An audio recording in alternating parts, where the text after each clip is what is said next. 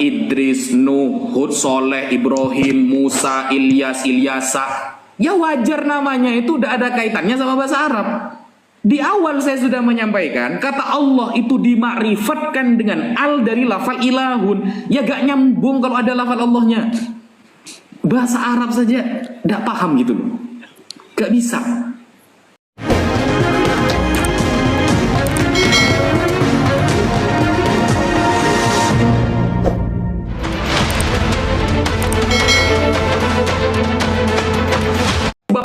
Kan gak nyambung itu. Bedakan ya, bedakan dis antara za dengan dzal. Kalau dzal, dzakara, yadhkuru, dzakar, bisa bermakna burung. Kalau Zakaria itu pakai za dis. Tuh, lawan saya, ya Allah, ternyata kayak gini lawannya, guys. Lalu nanya lagi tadi, nabi-nabi kenapa kok ada unsur Allahnya? Aduh. Saya katakan di awal, berarti ini menunjukkan Mas Edis ini SDM-nya rendah, guys. Kenapa saya katakan SDM-nya rendah? Kata Allah itu makrifat, dis.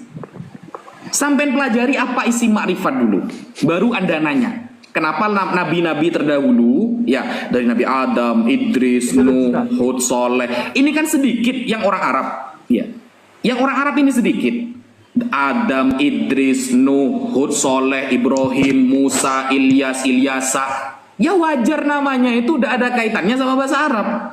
Di awal saya sudah menyampaikan, kata Allah itu dimakrifatkan dengan al dari lafal ilahun. Ya gak nyambung kalau ada lafal Allahnya. Bahasa Arab saja gak paham gitu loh. Gak bisa. Dan mohon maaf Mas Edis, Anda tadi bertanya Nabi Hud. Kalau sampai saya nanya silsilahnya, maka Anda akan kelimpungan, katanya Mas Edis. Bro, jangan nanya Nabi Hud terlalu jauh. Nabi Hud itu lahir di Hadramaut. Coba sampai buka di Sirah-Sirah Nabawiyah. Ya, dari Sirah Qisasul Anbiya yang ditulis oleh Al-Imam Ibnu Katsir Ad-Dimashqi. Kemudian kitab-kitab semua Nabi. Dia lahir di Hadramaut. Nah, apa namanya itu ya? Nabi Hud terlalu jauh Mas Edis. Sekarang saya tanya, silsilahnya Yesus sudah selesai nggak dalam Lukas dan Matius? Silsilah Yesus itu ngawur, saudara. Di dalam kitab Lukas dan kitab Matius, ya, Lukas 3 dan Matius 1, silsilah Yesus itu loh kocar-kacir. Kok Tuhan punya silsilah? Silsilahnya dijelaskan di dalam kitabnya sendiri, tapi kocar-kacir. Yang satu bilang keturunan Nathan, yang satu bilang keturunan Salomo. Ini yang benar yang mana? Apakah hasil dari keroyokan? Karena ingin mengait-ngaitkan bahwa Yesus itu adalah keturunan Daud. Yang satu bilang Salomo, yang satu bilang Nathan. Itu pun diloncat dari ayah ke kakek. Gak nyambung. Silsilah Tuhannya belum selesai, tidak usah bahas Nabi Hud. Tuhan Anda selesaikan silsilahnya. Antara Matius sama Lukas mana yang benar itu? Sekian, terima kasih. Baik, walaupun ya seperti itu ya teman-teman ya. Jadi mereka tidak bisa fokus dengan tema. Mereka langsung lari. Tapi nggak apa-apa, kita jabanin. Perasaan yang lari-lari dia tadi. Kita jabani ya teman-teman ya. Oke. Ya, pertama-tama tadi Ustadz Wafi saya katakan bahwa Hud itu ditengarai sebagai sosok fiktif, ya kan? Lalu Ustadz Wafi mengatakan bahwa tidak, dia bukan Ustadz, bukan fiktif, bukan nabi fiktif. Dia lahir di Hadramaut, kata dia. Sayang sekali referensinya bukan Al-Quran. Jadi begini Ustadz Wafi, Gus Wafi, sebenarnya klaim Al-Quran yang mengatakan bahwa Al-Quran itu menjelaskan segala sesuatu, likulli syai'u, ya kan? Menjelaskan apapun, menjelaskan segala sesuatu. Tapi sayang, hanya di bibir saja. Ya kan?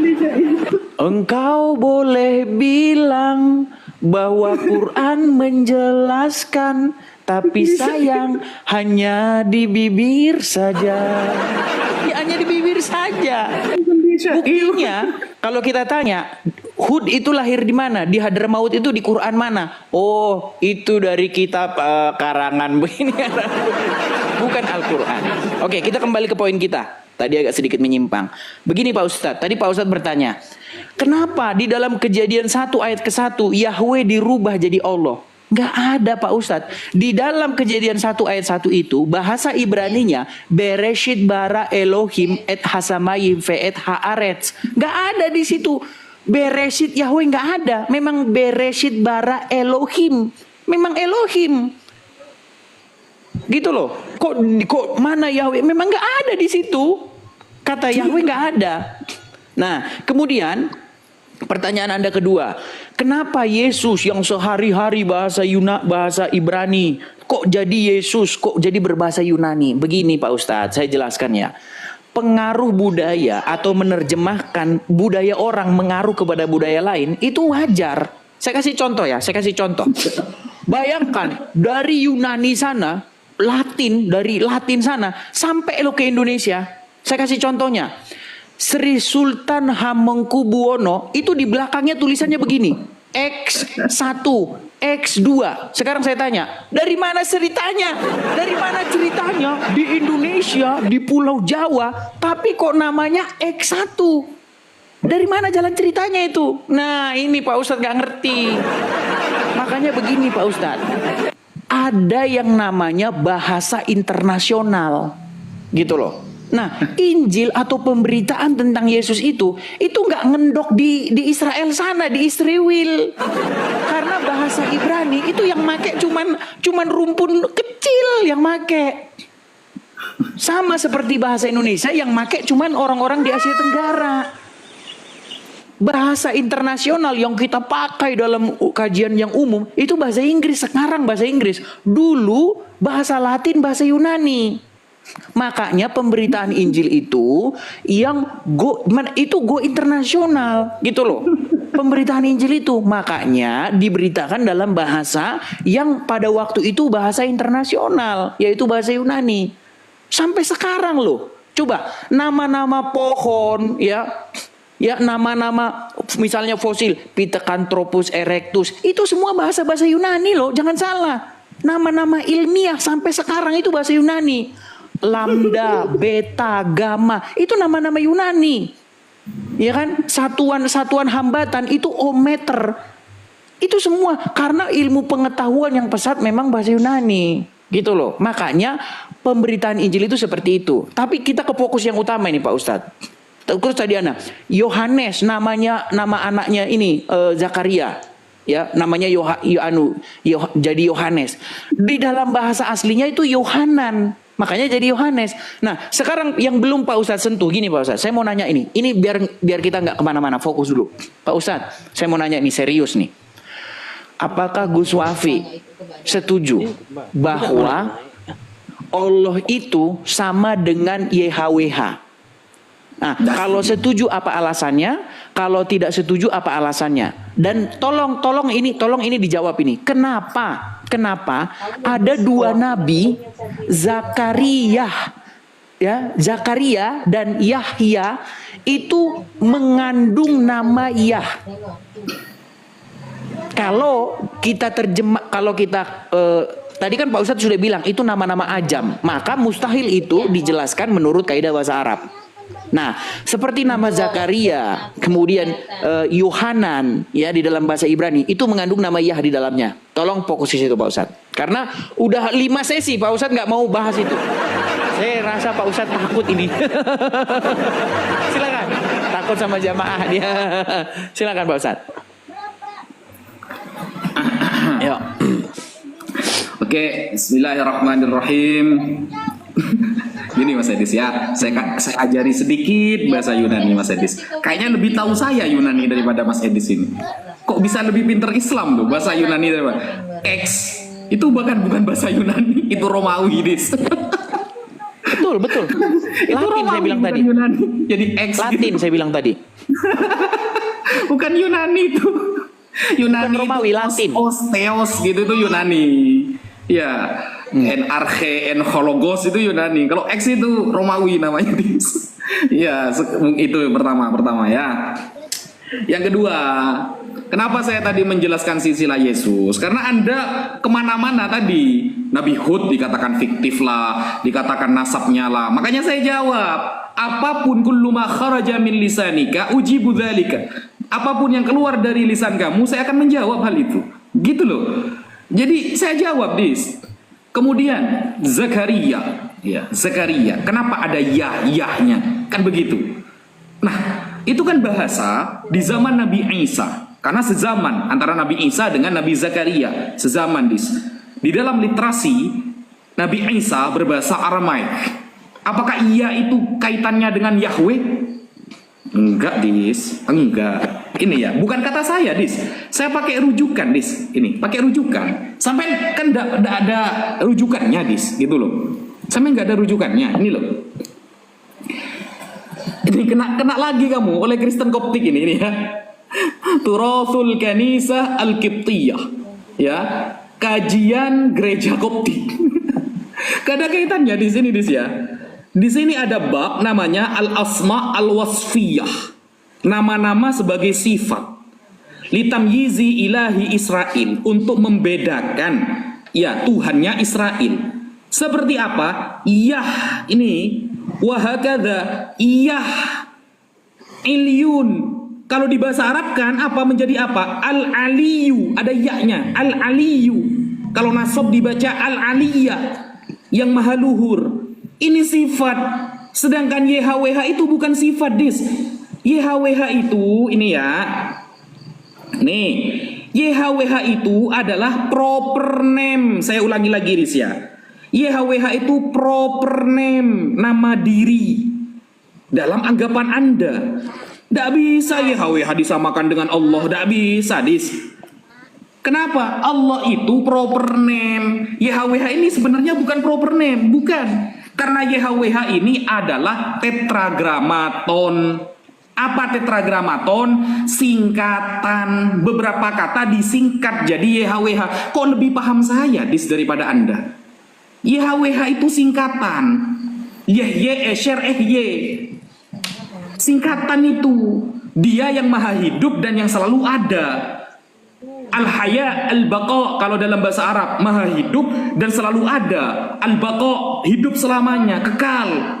Lalu disamakan dengan Allah yang berupa proper name. Gak bisa, gak sama, Dis. Gak sama. Gitu loh. Mau ngaji Ibrani tak ke saya? Gratis kok. Gitu loh. YHWH itu singkatan, tetragramaton namanya.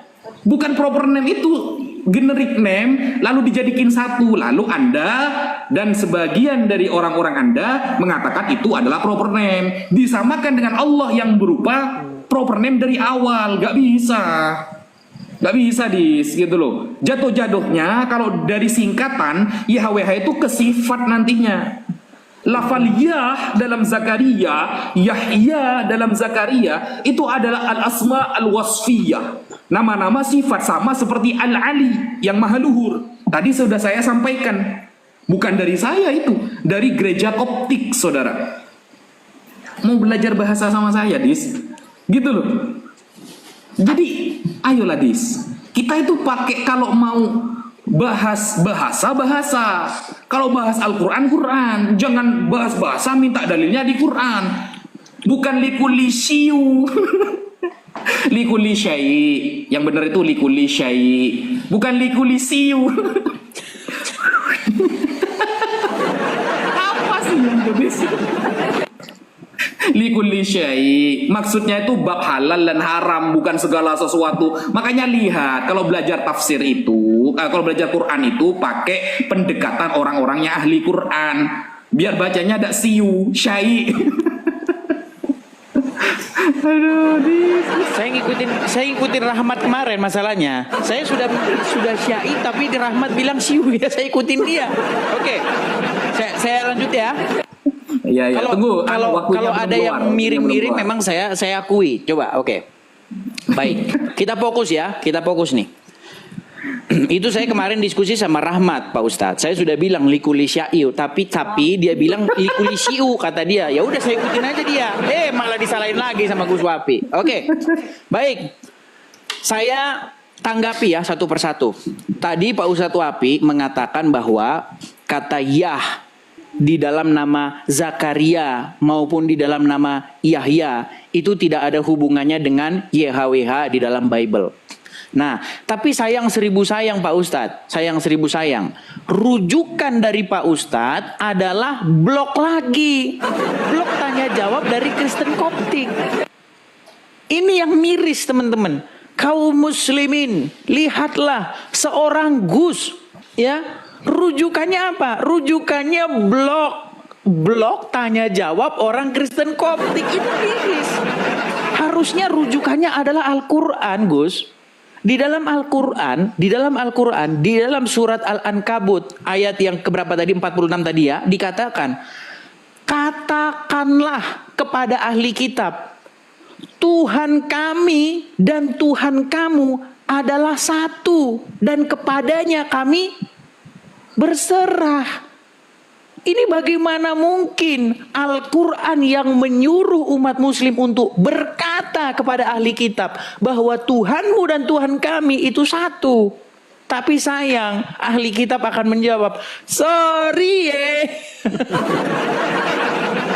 Iya, begitu loh. Karena begini Pak Ustadz, sebenarnya akar masalahnya itu akan adalah Muhammad dulu. Muhammad itu kan mencari dukungan dari orang-orang Yahudi dan orang-orang Nasrani. Ya kan, dari ahli kitab. Makanya dulu kiblatnya itu ke Baitul Muqaddas, ke Baitul Maqdis, ya kan? Nah, ketika kiblatnya ke Baitul Maqdis sama dengan orang-orang Yahudi ke Yerusalem, memang Muhammad ingin mempromosikan, mengatakan kepada orang-orang Quraisy bahwa Tuhan yang benar itu bukanlah Allah, bukan Al-Lata Al-Uzza, bukan Al-Manat, bukan yang kalian sembah di rumah berhala kalian di Mekah, ya, bukan di Ka'bah. Tapi sayang, begitu lamanya orang Yahudi tidak ada yang mengakui kenabian Muhammad. Nah, setelah Muhammad putus asa, barulah akhirnya kiblat dipindahkan bersamaan dengan kiblatnya orang-orang Quraisy. Karena orang Yahudi tahu bagaimana mungkin ada nabi buta Taurat. Bagaimana mungkin ada nabi setelah Musa loh ya. Bagaimana mungkin ada nabi setelah Musa rujukannya bukan Taurat, tidak ngerti Taurat. Gitu loh. Bagaimana mungkin dia berkata tentang Tuhan? Orang hukum Taurat aja dia kagak ngerti. Di dalam hukum Taurat itu ada ayat, ada 10 hukum ya. Jangan mengingini istri sesamamu. Tapi sayang Pak Ustadz, di dalam Al-Quran Allah justru memprakarsai bagaimana Muhammad akhirnya menikah dengan bekas istri anak angkatnya, yaitu Zainab. Gitu loh. Kan ada. Maka kami nikahkan kamu dengan bekas istri Zaid tatkala Zaid sudah menyelesaikan keperluan terhadap istrinya, agar tidak ada keberatan bagi orang-orang mukmin untuk menikahi bekas istri anak-anak angkatnya. Pak Ustadz, di dalam Bible hukum Taurat jangan kamu mengingini istri sesamamu. Di dalam Quran kebalikannya. Jadi beda Pak Ustadz. Jadi sekalipun kalian mengatakan Tuhan kami dan Tuhan kamu adalah satu, kami hanya menjawab sorry gitu loh. Ya, kemudian tadi masalah bahasa Yunani. Saya sekolah ini Pak Ustadz. Di dalam Al-Quran ada kata Injil. Dan Pak Ustadz sudah sering mengatakan, Gus Wafi, itu diturunkan dari bahasa Yunani, dari kata Euangelion yang artinya kabar baik. Sayang seribu sayang Pak Ustadz, Al-Quran atau bahasa Arab itu mempunyai kosakata yang sepadan dengan Euangelion, yaitu basyar, ya kan, kabar gembira. Makanya ada istilah yubasyiruka innama ana rasulu li ahaba laki gulaman zakian. Yubasyiruka, kami beritakan kepada kamu kabar gembira. Nah, basyar atau kabar gembira itu aturannya Injil itu bahasa Arabnya basyar, bukan jadi Injil. Gimana? Injil itu kan bahasa Yunani. Nah, sebenarnya secara tidak langsung Al-Quran telah mengiyakan bahwa Injil ditulis dalam bahasa Yunani. Demikian. Silakan.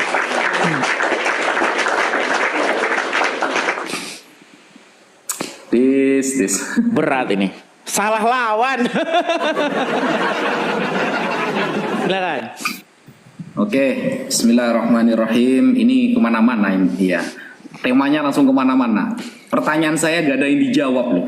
Tadi padahal tentang Yahya, tentang Yohanes sudah saya jawab. Tentang Zakaria sudah saya jawab. Tapi ketika saya meminta ya perbandingan antara saya pakai data, Dis. Anda mau mengejek data saya dari Kristen Koptik misalnya, ini website resmi milik Kristen Koptik. Data Anda mana? Seharusnya sampean punya data pembanding, Mas Edis.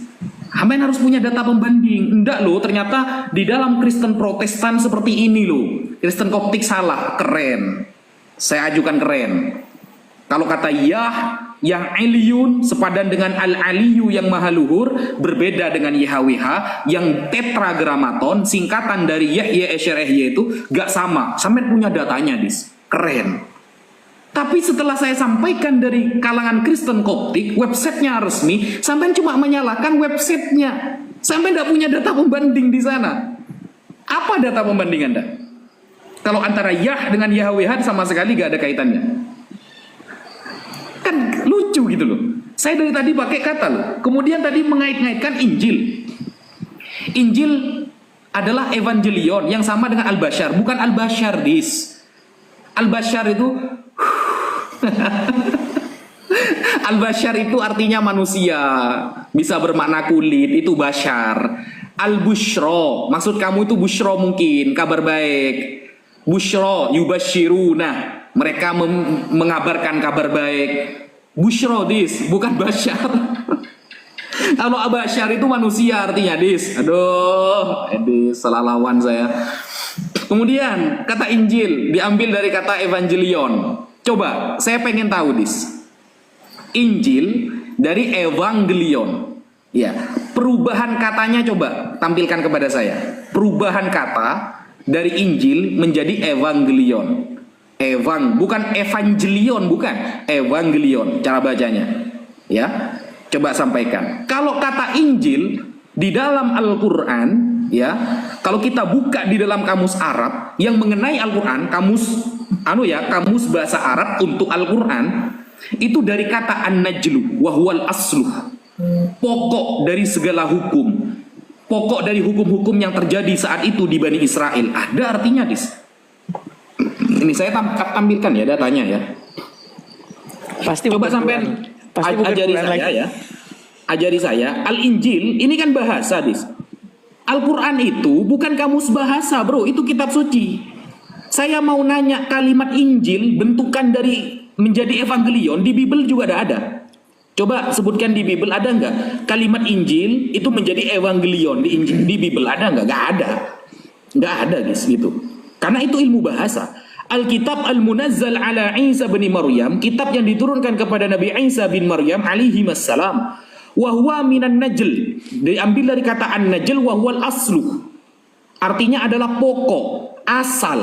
Al-Injil aslun li'ulumin wa hikamin, sebuah asal dari beberapa ilmu dan hikmah.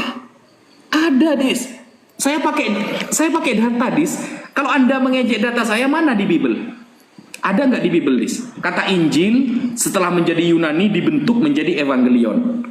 Coba saya pengen tahu. Pengen tunjukkan kepada saya data Anda. Saya tunggu sampai Dajjal keluar 2 kali di sini. Saya pakai data loh. Saya mengatakan kullu ma kharaja min lisanika ujibu dzalika bidalilin sahih. Apapun yang keluar dari lisan Anda, saya akan menjawabnya dengan dalil yang sahih. Hakadza indana min ahli sunnati wal jamaah. Inilah madhab ahli sunnah wal jamaah. Data dulu baru ngomong, gitu. Bukan ngomong dulu datanya tahun depan, Dis, bukan.